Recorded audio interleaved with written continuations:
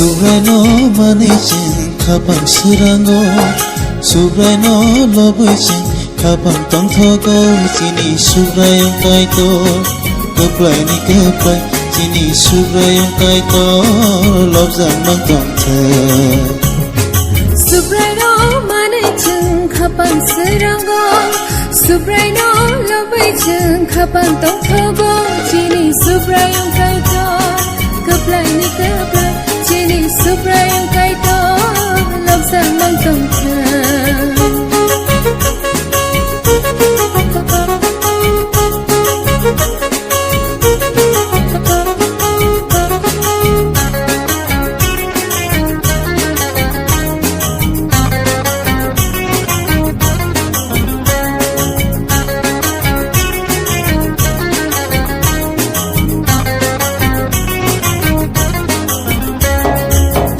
Sumsok hanyani bosi piyonga Hayami borong dofaro Pai diri thani Sumsani sumsok hanyani bosi piyonga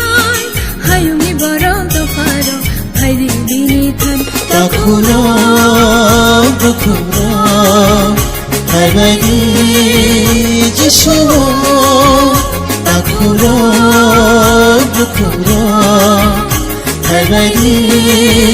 jishuo Subraji shanarim tongo Subraji shanarim tongo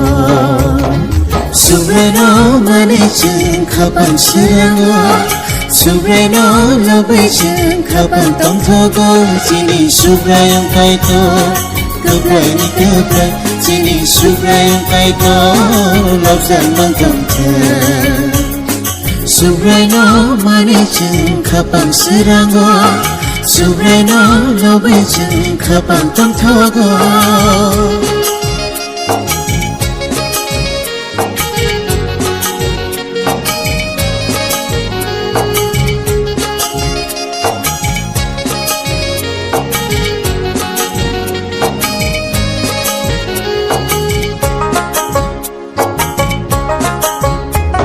Subraji sule khairoma hamzang ma kubro Bini hamzang ma pai playa o takuro Subraji sule khairoma hamzang ma kubro Bini hamzang ma pai playa o takuro Bayaro chalaro Hai bagi jishuo Bayaro chalaro Hai bagi jishuo Subraji sumethangai bugra